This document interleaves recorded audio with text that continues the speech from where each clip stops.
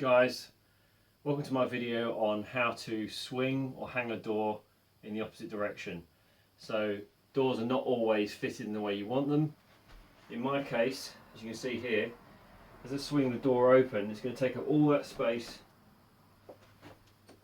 meaning the bed can't move this way. I want the door to be hung on that side or swung on that side, so the hinge is going to have to move over there. You have to move the latch over here. So that's what we're going to do today. I'll just take you through all the tools we need and then we'll get started. So these are the tools you're going to need for the job.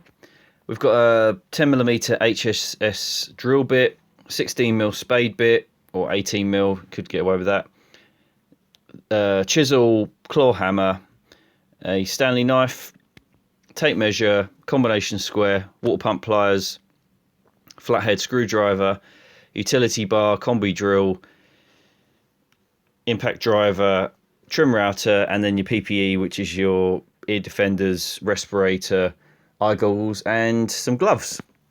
There might be a couple of items missing, but generally speaking, that's what you would need to do this job. One thing I forgot to mention, guys, before you get cracking on a project like this, don't make a headache for yourself. I probably wouldn't consider this unless that light switch was where it is, because now that the door is going to open like that, many light switches would be placed a lot closer to the door, and then you end up opening the door like that, and then you'd have to go into the room, pull the door back, and then put the light switch on. But in my case, it's not going to affect the light switch, so that's fine, so I can get away with it.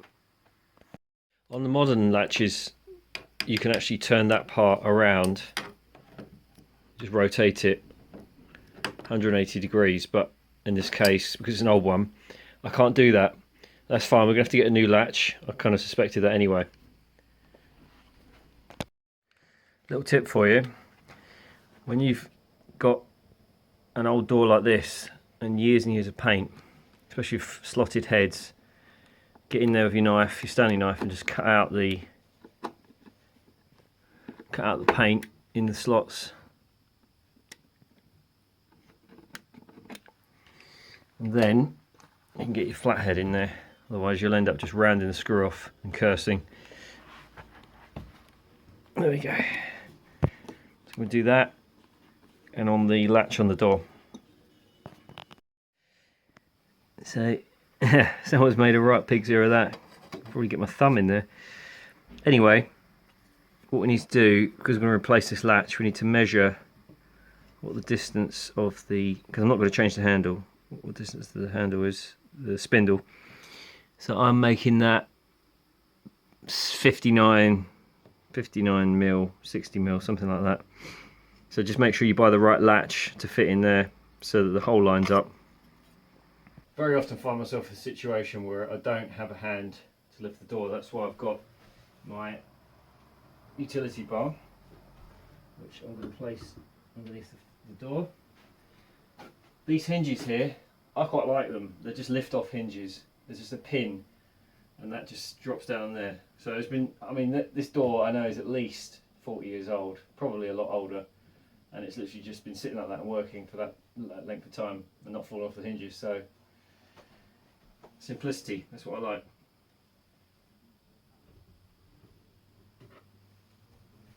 There we go, that easy. I'm nearly falling off the camera. Anyway, that's that.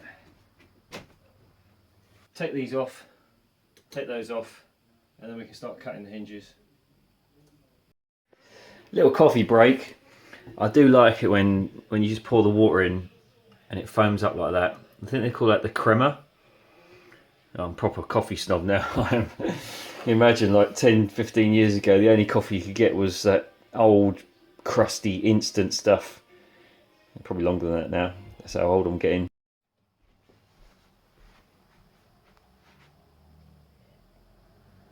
Oh yeah.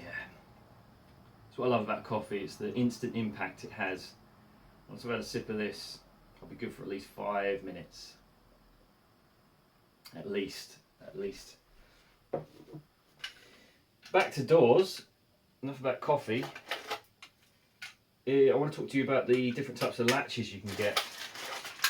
So this is the original latch, and I like a lot of building materials, they didn't always used to be standard, so I thought maybe it was going to be a different size to the ones I've got now and I have to do some jiggery pokery. But luckily, the spindle holes actually line up with these modern ones.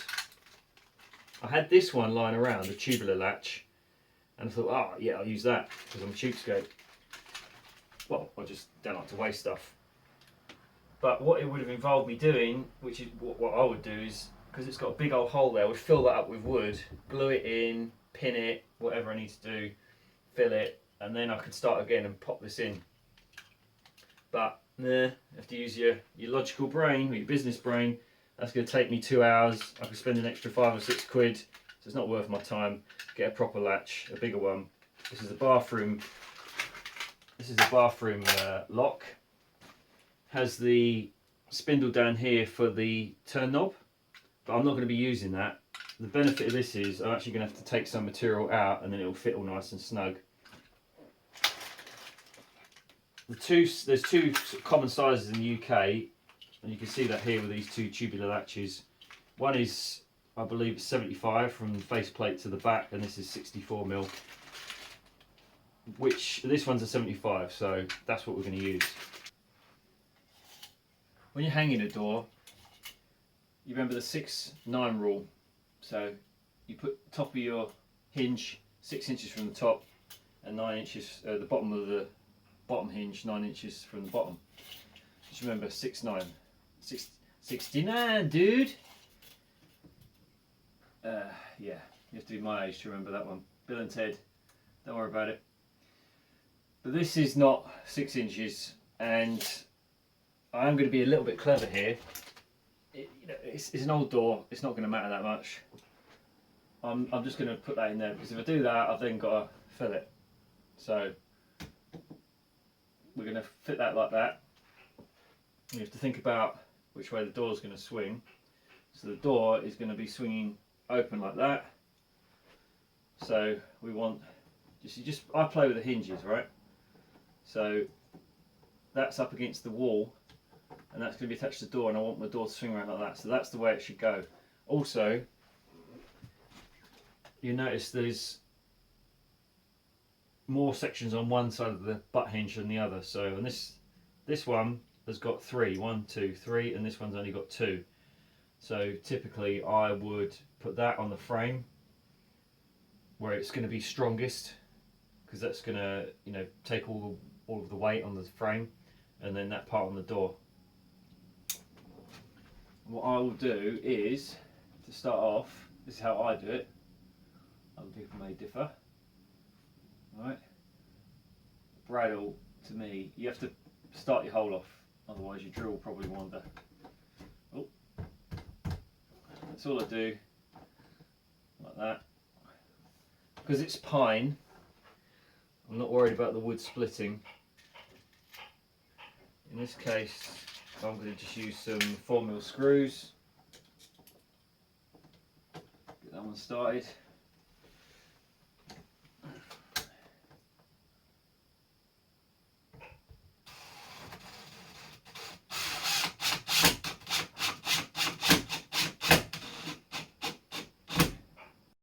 So closer up here is, I put my bradle in there, punch the hole, pop the screw in, and then I'm just going around gently.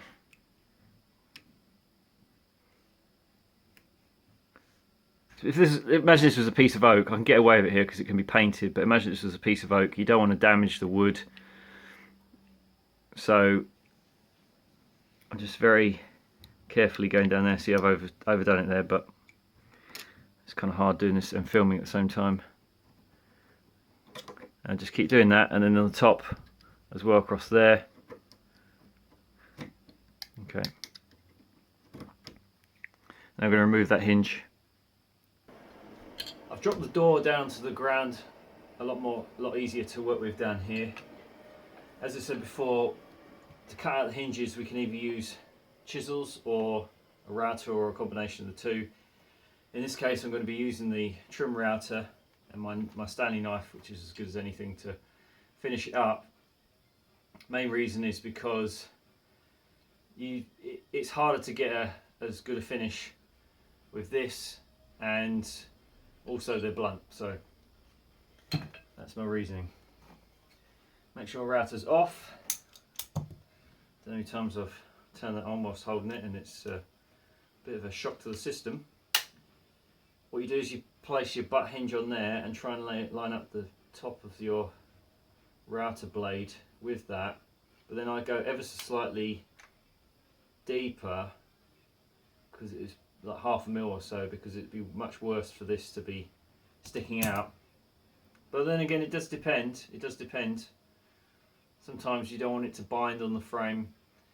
I mean, looking here, this is like at least 4 mil anyway. So I'm going to do a little dry run. We'll do it with the thickness of this and then see how we go. And one more thing. This blade spins a certain way, and the cutting surfaces are on a certain side of the blade. So what I do is, because I always forget, probably should just draw an arrow on there. Oh, let's just turn it on. So I can see the blade's cutting that way. And if you want your blade to last long, it will cut either way you push it, but it's going to obviously cut a lot better, and it's designed to cut in the direction that the blade is. So I can see from here, and actually if you use a bit of common sense, you can see from the actual blade itself that it wants to spin that way. So you want to draw the router along that way, not be pushing back against the blade, because you're then bashing against the back of the blade, and you're going to blunt it much quicker.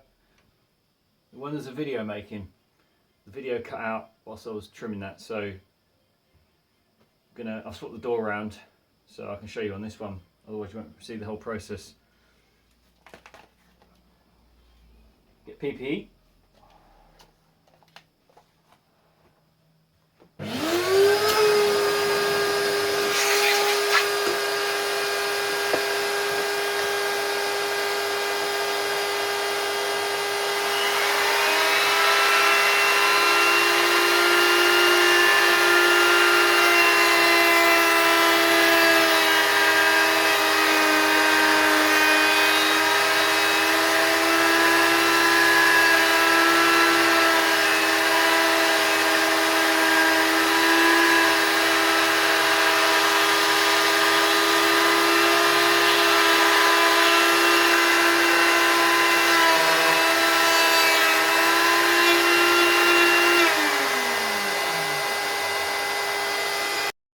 Let's just finish that up.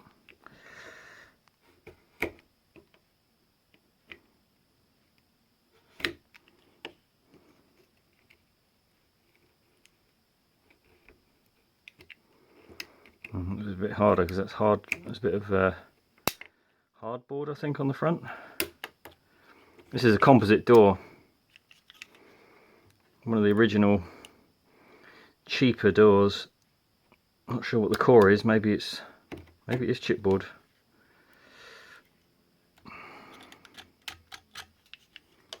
Anyway, we can fit the hinge on there. Now we need to mark our hinge positions on the frame.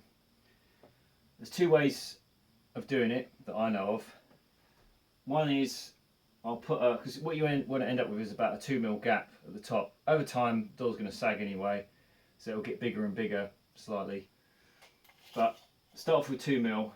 What I'm going to do is either place a packer above the door, get my utility bar, and then jam it up against the door frame, and then make my mark.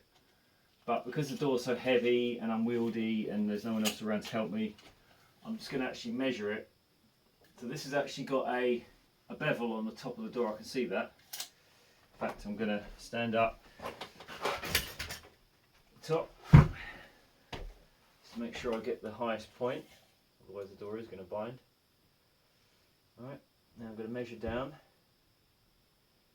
and that is 134. So top of my hinge needs to be 136, and that should work.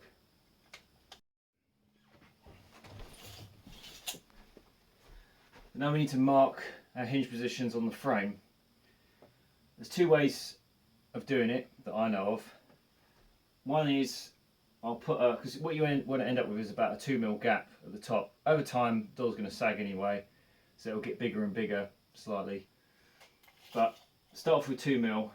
What I'm going to do is either place a packer above the door, get my utility bar, and then jam it up against the door frame, and then make my mark. But because the door's so heavy and unwieldy and there's no one else around to help me, I'm just going to actually measure it. So this has actually got a bevel on the top of the door, I can see that. In fact, I'm going to stand up top to make sure I get the highest point, otherwise the door is going to bind. Alright, now I'm going to measure down, and that is 134.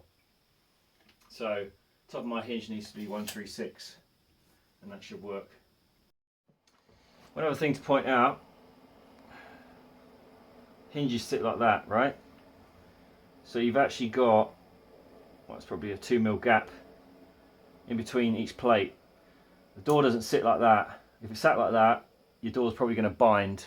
That means it won't, every time you try to close it, it just won't close because it's hitting on the back part of the frame. So that is why hinges are designed like that, and that is why I only take out that much material, the thickness of the plate, because in theory, if everything's built square and everything, it should sit perfectly and should close perfectly. So you start off with that, and then you can take out more if you need to. We have a problem here. The door stop is now in the way. I can't sit my router flat on there and get it in to cut the hinge out. So two options: you either remove that, which I could do, wouldn't be that hard, if to just get a knife in there, chisel, lever it off, and then pin it back later. Or I could just go and sharpen my chisels and chisel that instead. So as I said before, putting the side of the hinge with 3 joins on it on this side. I'm going to line it up so that part is in line with the door lining,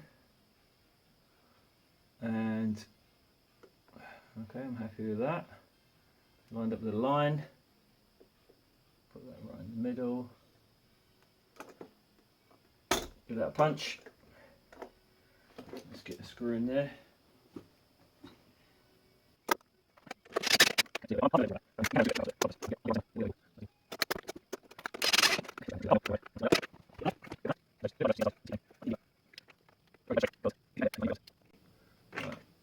The butt's in the way there, but as long as I get it lightly scored, I can do it again after.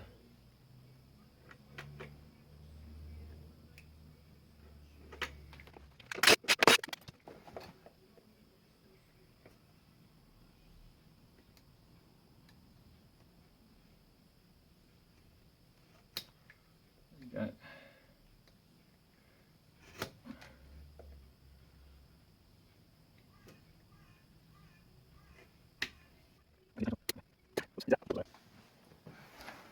Now I can use my chisels. Should, in theory,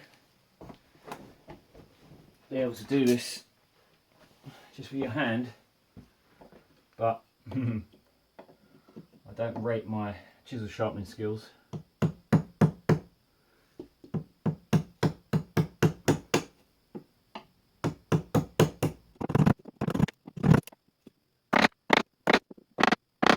Right, we need to fix this hinge into here, hang the door on this top part, and then we know where to place the bottom hinge.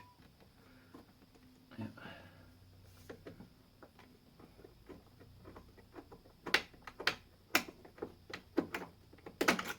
I'm in the wrong hole. Huh.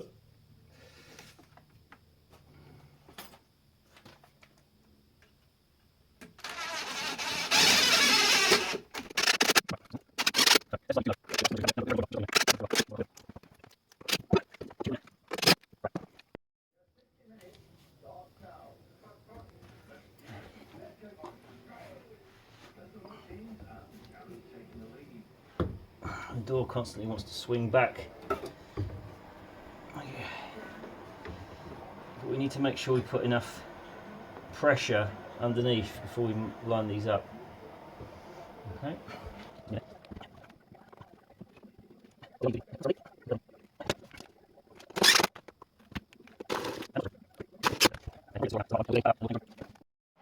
Okay, let's line that up there, like so.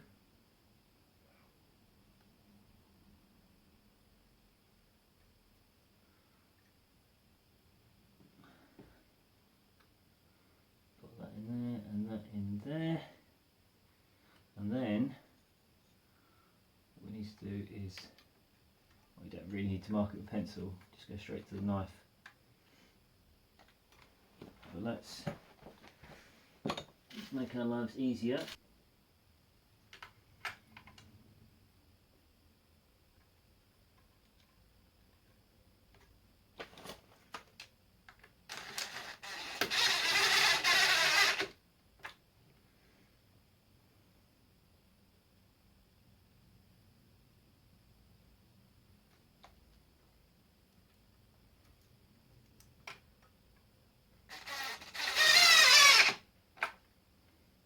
Okay. Same again.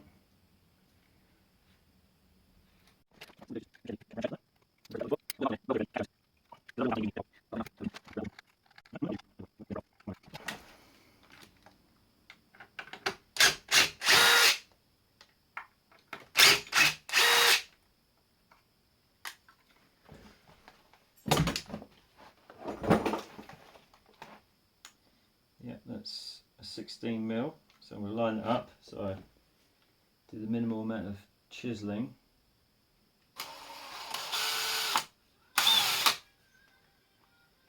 A bit higher. A little bit lower. Just right.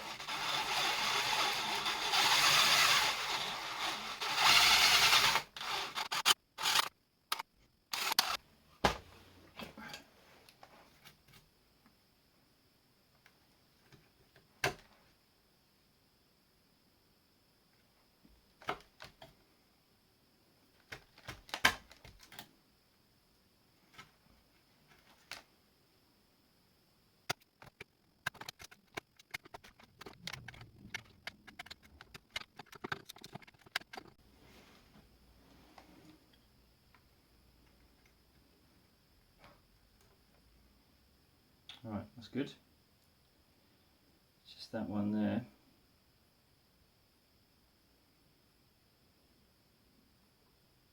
So I'm going to bend that one off, break it off, swiggle it back and forth.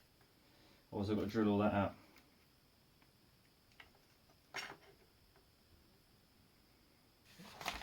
I forgot about this, but when I close the door lining is way out of whack.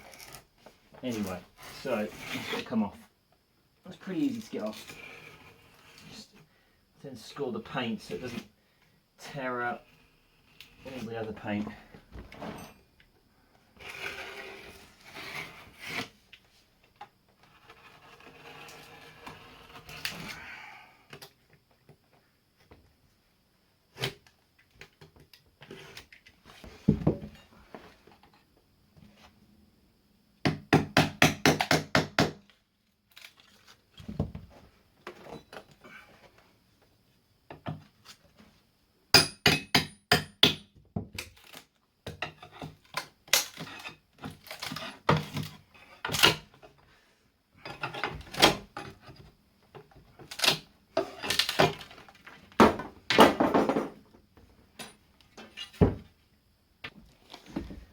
That's had the added benefit now of me being able to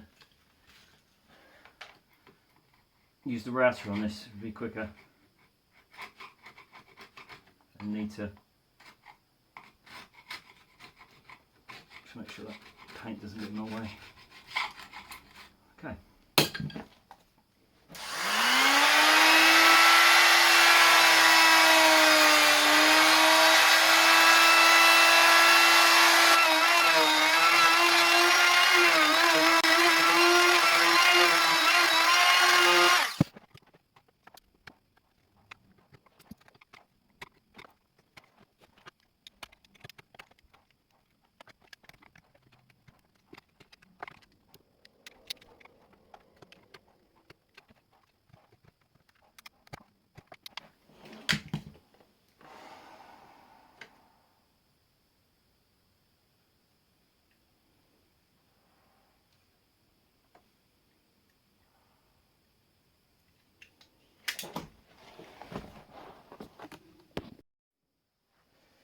Right, so the last couple of things to do.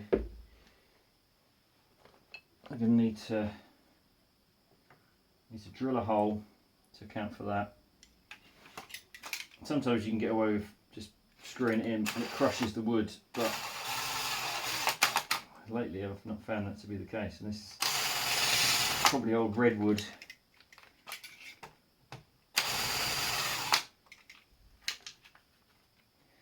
So you got that to sort out, and then that needs a piece removed.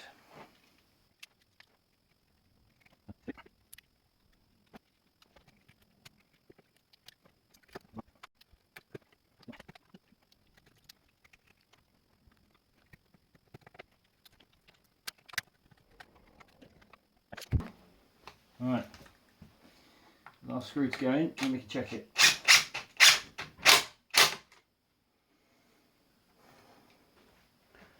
Let's have a little look. Seems to be working.